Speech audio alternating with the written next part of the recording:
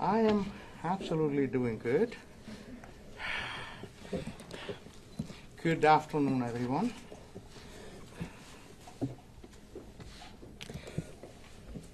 Definitely, we are here to talk.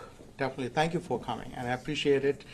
This is important to clarify some of these discussion happening maybe all over state of Texas about our primary upon us. It is like a few weeks from now we will be voting. I want to thank everyone, those who joined here today. I feel that it is very important we talk, and of course we should not remain silent about there is discrepancies that have been, of course, in news these days, and there are so many people are confused about it.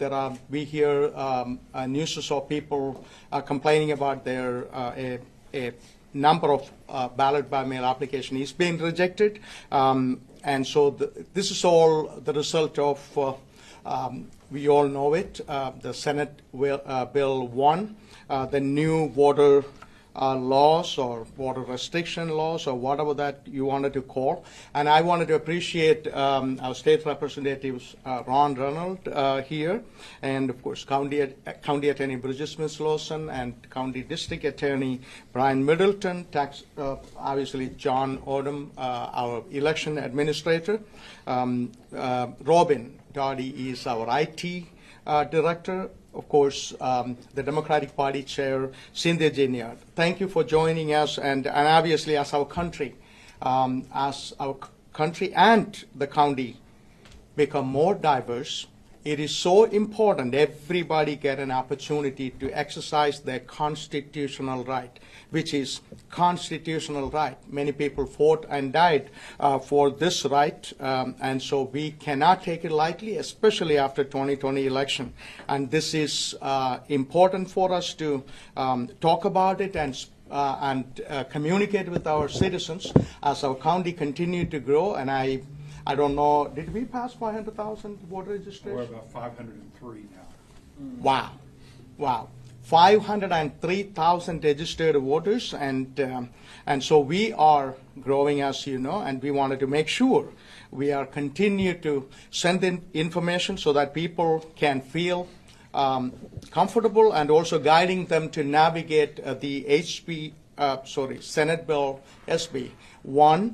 And so we will talk about numerous changes, what is happening, and so I will, especially March primary is upon us, and in a couple of weeks, we will be starting our early voting, is going to be starting in person, and now the biggest discussion in town is ballot by mail. People are missing, or people being rejected and things of that nature. And we all know that, in order to apply for a ballot by mail, you have to be either 65 or older, sick or disabled, people they're going to be out of the country during that election time, expectant mothers, and of course, if you are detained in jail, otherwise you are qualified to vote. And you must request an application. This is also another thing, people, it is important to know that we are not allowed to send out a ballot by mail without solicitation. So you have to get an application and fill out that application and send out to the elections office. And where can you find it? You definitely can call our Fort Bend County elections office, or if you wanted to download one, it is available at votetexas.gov, or even Secretary of State, you will find one. And this is another thing. The rejection happened for many reasons. John will explain the details, but driver's license or last four of your social, it had to be there, and also it got to match with your voter registration information in the file with the county and the state. So at this point, I will definitely ask many people who worked on these, and obviously, Ron, you worked with this bill, and you were an outspoken opponent of this voter restrictions laws. And I will ask our state representative for District 26, representing Fort Bend 27. I said it wrong. State Representative for District 27, representing Fort Bend County, Ron Ronald, makes some remarks. Thank you, Judge George, for assembling us today to discuss this really, really critical problem. I'm Ron Reynolds, State Representative for District 27, and I'm honored to be here with some very distinguished colleagues here in Fort Bend County. For those who don't know, I have a unique perspective of having served on the Elections Committee for several terms. And in fact, I worked with our Elections Administrator, John Odom, he came before our committee and testified on various bills. Well, this particular bill that we're discussing today, Senate Bill 1, was a voter suppression bill. And sometimes when a bill has problems that weren't foreseen, you say it had unintended consequences because you didn't foresee that this bill was going to cause this problem or that problem. Well, I'm here to submit to you that this bill has intended problems. We knew that this bill was going to cause massive confusion. We knew that this bill was going to cause people to be disenfranchised, particularly African Americans, Hispanics, many minorities. We knew that this was going to happen, and that was one of the main reasons that we rallied against this bill and deemed it a voter suppression bill. Voting is a fundamental right. Judge George is right. It is the bedrock of our democracy. And we knew that this bill that we passed, and many of you know that we fled the state to go to D.C. to rally Congress to pass federal voting rights legislation to stop the state from enacting this bill. I've already had constituents that have called me, Judge George, our constituents from Fort Bend. I'm not talking about from other 254 counties. I'm talking about right here in Fort Bend that have said, Representative Reynolds, my ballot was rejected. These are voters that I've known. Pam Gaskin is one of them. She's a long-term member of this community. Her and her husband's ballot was rejected. She's been voting for over 40 years in Fort Bend County, and her ballot was rejected. She's an educated lady. This is ridiculous. And so we have to do something. The Secretary of State has the ability to help mitigate this, and they need to do this. It's shameful that so many people are going to be disenfranchised. There are other provisions of this bill, but this part right here needs to be corrected, or else many people are going to be disenfranchised. So I'm asking people to be vigilant. I'm asking Fort Bend County to be proactive. I'm asking the governor to be the leader. This is not a partisan issue, okay? We don't care if they're Democrat, Republican, Independent, Libertarian. Everybody has the right to vote, and their vote should be unimpeded. We're not even talking about extended drive-through hours or mobile voting. We're not talking about that right now. We're talking about this. This is a problem, and I'm thankful for Judge George for his leadership. Our county attorney, Bridget Lawson, our district attorney. We're going to continue to advocate so that every one of our constituents, every one of our citizens can exercise their right to vote. We have time to fix it. But time is running out for the primary election. We got to get it right before the primary election, and then we have to make sure that for those who don't cure it in time, that they can cure it before the November general election. So I'm very honored to be here today. I'm going to continue to advocate at the state level, and we need to continue to advocate at the federal level. I'll say this finally: this can be fixed. If it can't be fixed at the state level, we really need Congress to pass the Freedom to Vote Act and the John Lewis Voting Rights Advancement Act. Those two pieces of legislation will help put Texas back under preclearance so that we can stop these voter suppression bills. This is not a how many beans in a bar of soap in a jar, or how many bubbles in a bar of soap. But I promise you, this is Jim Crow 2.0. This is a form of voter suppression. Fort Bend County had a long storied history. Whites only primaries. I don't have to go through the list that we've overcome because of voting rights protections. Mainly the Voting Rights Act of 1965. But when that was gutted from the Shelby case, and when we didn't get strengthened protections within Congress, we're seeing laws like this, and we see now many people, hundreds of thousands of people are going to be disenfranchised. So we have to fix it, and we have to fix it now. Thank you. Thank you, Ron. I will ask our county attorney. Bridget, Ms. Lawson, make some remarks. Please. Go ahead. Good afternoon. I'm Bridget Smith Lawson, the County Attorney for Fort Bend County. My office is ready to stand in support to ensure the integrity of elections in Fort Bend County. In 2020, our office was involved in conjunction with the District Attorney's Office, and we will stand ready this election season to ensure that the fundamental right of people to vote in Fort Bend County is protected. We also will be working to ensure that the fundamental right of freedom of speech at the polls is protected. This is an undertaking that is most important to everyone in Fort Bend County, regardless of party affiliation. We are here to serve the county and to ensure the integrity of our elections in Fort Bend County. Thank you so much. Thank you. Thank you, Bridget. And also, even in 2020 election and all, our district attorney was able to do a lot of election integrity related activities. And so I will ask you, Brian, please come forward and make a statement. Excuse me. Good morning. I agree with the previous speakers. There were a lot of legislative changes, particularly Senate Bill 1. And I think most of the controversy and the most alarming thing about these new rules is why they were proposed. They were proposed as solutions, but they didn't come with the problem. They were solutions in search of a problem. And so we're here now. This is the law. You know, I say to our viewers, don't get angry, get even. The best thing you can do now is make a plan to vote, figure out what the new rules are, abide by those rules, and go vote. You know, it may be more, inconvenient to vote under these new rules, but you still have the right to vote.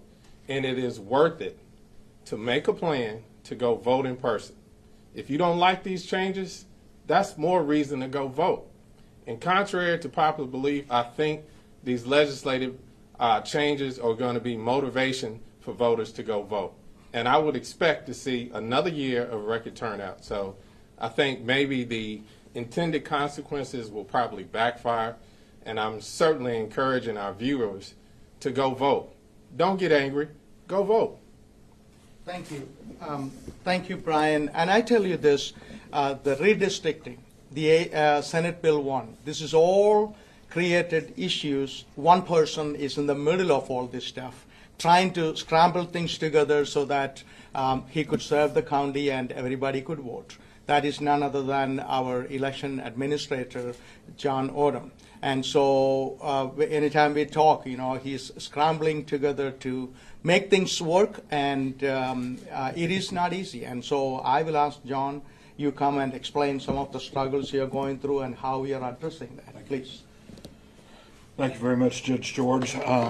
Certainly one of the problems that's arisen, or where some of this stems from, and we're a nonpartisan office, so I can't talk to motivation.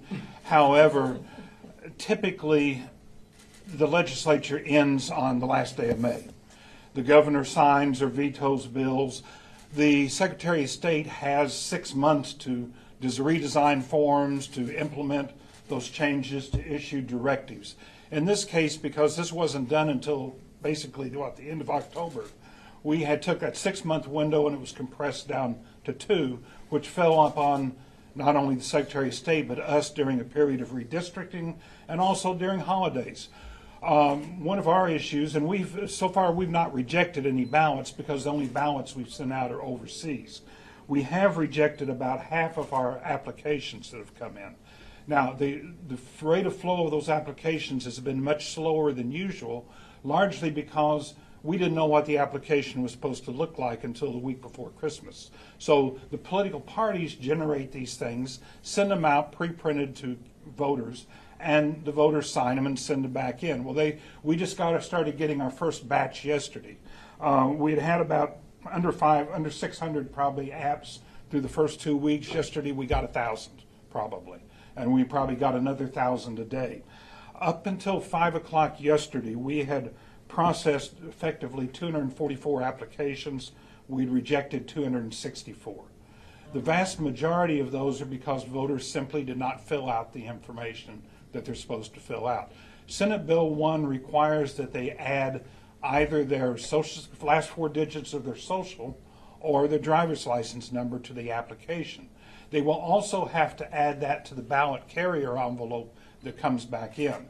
But if that number is missing or it doesn't match our records, we have to, under law, reject that application. And we send out the same, actually we process it that day, but we send out the next day a letter explaining to the voter what's wrong, and we send them a new app and ask them to send it back. Now, if you look at the Secretary of State's information, they will say they have a ballot tracker where voters can go fix those mistakes online and they won't have to send in another one. That ballot tracker didn't go online until yesterday afternoon, and apparently, for when I left the office, it still did not appear to be working to me, or at least working correctly. We have our own ballot tracker that we were not planning on using because of what the Secretary of State was going to do, but now we've been in discussion with our vendor this morning about modifying that to allow voters to be able to fix those things on our ballot tracker, which is much simpler to use. Now I mentioned we've not mailed out any ballots. One reason we have not is because we don't have the carrier envelopes. The Senate Bill 1 required that the carrier envelope be modified so that voters can add their TDL, their state ID number, or their last 4 of their social to that envelope, but it has to be concealed. But it has to be, the ballot board has to be able to see that before they open the carrier envelope. So SOS had to design an envelope that didn't exist, and they had to get these to state-approved vendors. So at this point, and everybody in the state had to throw away everything they had and buy new stuff. So at this point, most counties in the state do not have the materials to send out ballots. We've been promised that we will get the carrier envelopes by February 1st, which means that sometime that first week of February, hopefully, we will mail out ballots. But at this point, if we send them out on the envelopes legally, the ballot board would have to reject them. There is some issues with paper shortages with colored paper. The envelopes that used to be yellow will now be white because there's no green and yellow paper available, supposedly. So as far as our ballot stock, we're fine there. We use a thermal ballot stock. We already have it. So voters don't have to worry about not being able to get a ballot and vote in person. But again, the problems here are, it's a challenging law, and the time frame that it was given for everybody to implement because of when it was passed in October rather than in May has made it even more challenging. So I probably covered everything I need to cover. Thank you, John. Appreciate it, and end of the day, we will figure it out. We will find a way to do what is right, and as Ron rightfully mentioned, our constitutional right to vote it need to be protected. And I will ask Cynthia Junior, Democratic Party Chair, say a few words. Thank you, Judge, and a good afternoon to everyone. I'm Cynthia Ginyard, Chairwoman, Fort Bend County Democratic Party. To all of our constituents, I encourage you to vote, period. If you are one of those persons who's used to voting by mail, but you are able to go to the polls, please go to the polls. You've not had the issues that we're dealing with right now, but we have to change when things change around us. And since we are having difficulty with ballot by mail applications, if you can go to the polls and vote, please do that. That would be helpful. And then the only ones we would have to worry about are those individuals who simply just cannot leave the house, or those individuals who may be out of the state or out of the country. So that is one thing that we can do. Please reach out to us. We can send out applications to you. We're not the county. We are a political party, so we have a little bit more freedom that way. So please feel free to reach out to us. You can reach us online simply at fbdemocrats.com. That's FB as in Fort Bend, Democrats.com. Thanks. Thank you. Thank you, Cynthia. In conclusion, the bottom line is you have to exercise your right, you have to vote, and as our district attorney rightfully mentioned, this is more reason for you to get out and vote.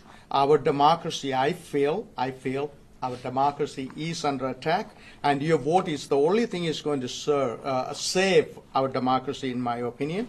And also, if you're not registered, as you know that, you could register to vote until January 31st, that next week.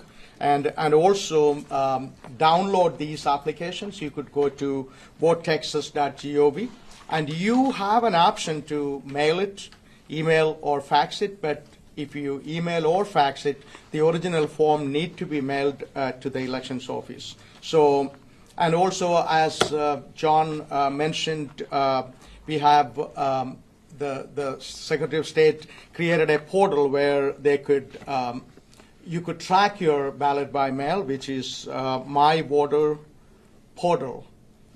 Is the tab. If you go there, and you could track, you could see what happened to your application, where it stands. So make sure you are informed. Make sure you you are definitely watching what is happening. But worst case scenario, please go out and vote. This election and coming elections are important.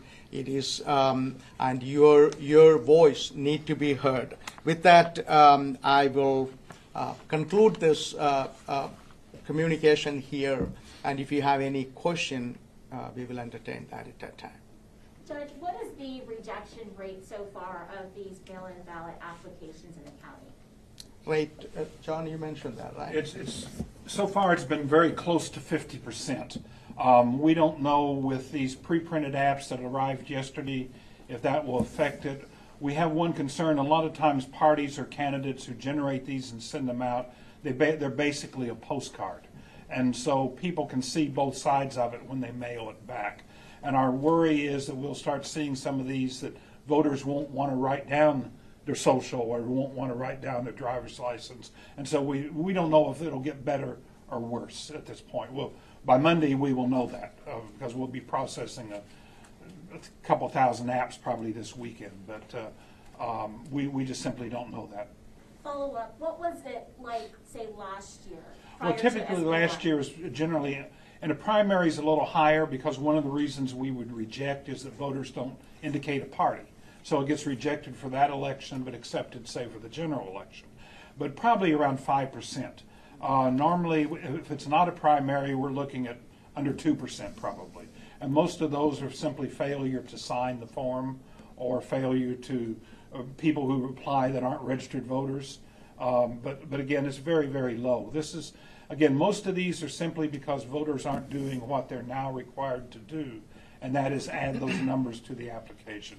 And again, the people that are really hurt by this are those over 65, because 90% of our apps are people who are senior citizens. So, you know, we've always been concerned about that because some of those people registered 30 years ago, 40 years ago, and we don't even have a number on them. So that's been one of our concerns, and that was one of the things we expressed to the legislature when this was being debated.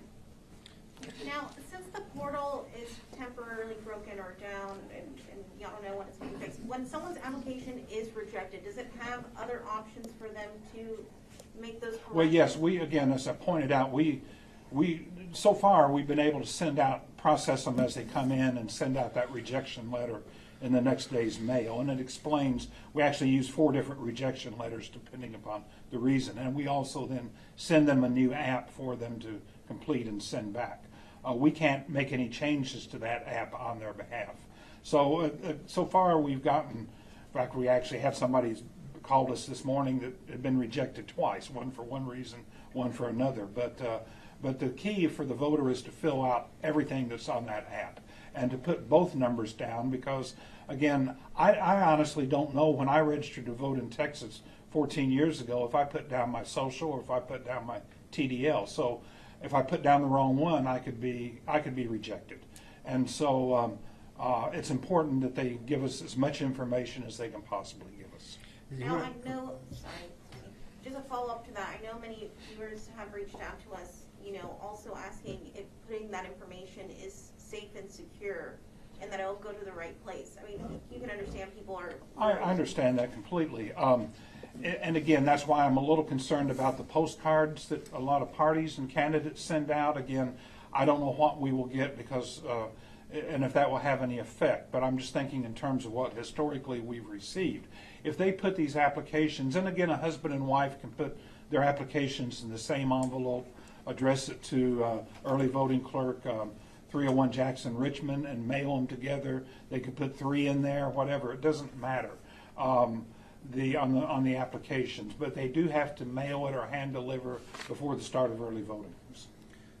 It sounds like you just emphasized, which I hadn't heard you say, at least put down both numbers. I would put down both because, again, we have to have that number in our voter registration records. So if, for example, somebody registered 25 years ago and they wrote down their social and they give us now a personal ID number or a driver's license number, that's not going to be a match. So if we have both numbers, we don't have to match both, we just have to match one. So it's vital that they give us as much information as they can possibly give us. That's going to reduce the likelihood of these rejections. And believe me, we don't want to reject these. It's just twice as much work on our part. We're processing in 2 applications. Sure. Any other tips or advice? I mean, the March primary is just around the corner. It is.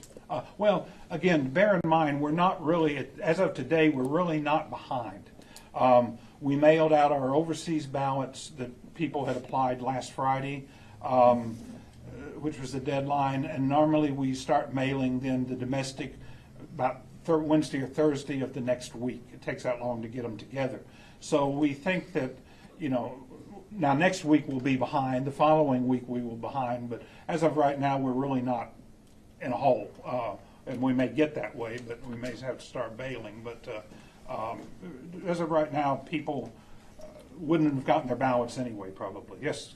Can you turn around 1,000 mail-in applications in a day and get them back out? No, not with we're going to have to add temps, but we hope to turn them around by Monday morning. So, but again, we don't really need to because we can't mail them, other than to reject. So.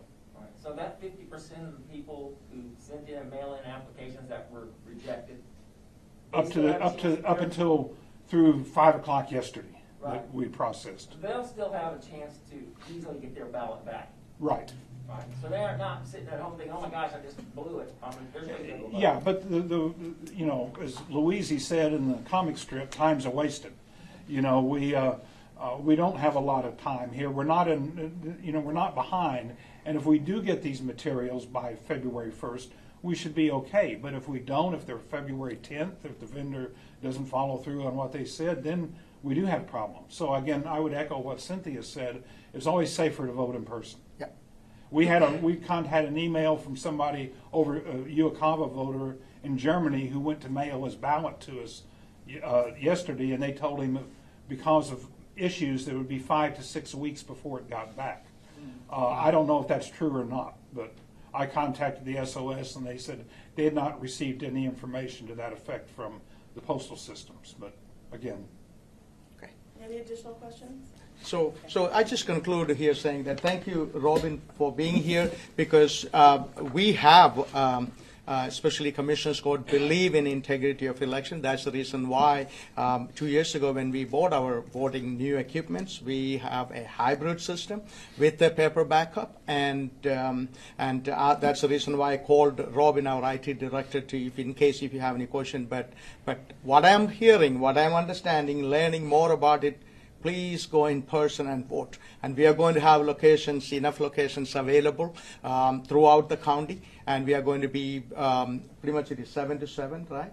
We will be 7 Yeah, to 7 yeah, except on we, Sunday. yeah, except on Sunday, it is going to be 7 to 7. There is no confusion. Please go and vote in person if you are mobile, and let's continue to work together, and let's get out and exercise our right. Emphasize So- the last day to file an application for. What is that? The last day to file an application for BBM. February 18th. February 18th? Okay, February 18th is the last day to file And an that has to application. be in our office, not postmarked. Yeah, yeah, got to be in elections office. The complication, what I'm hearing is, please go out and vote if you are mobile. But with that, we will conclude this press conference, and I appreciate you all being here. Appreciate it. Thank you.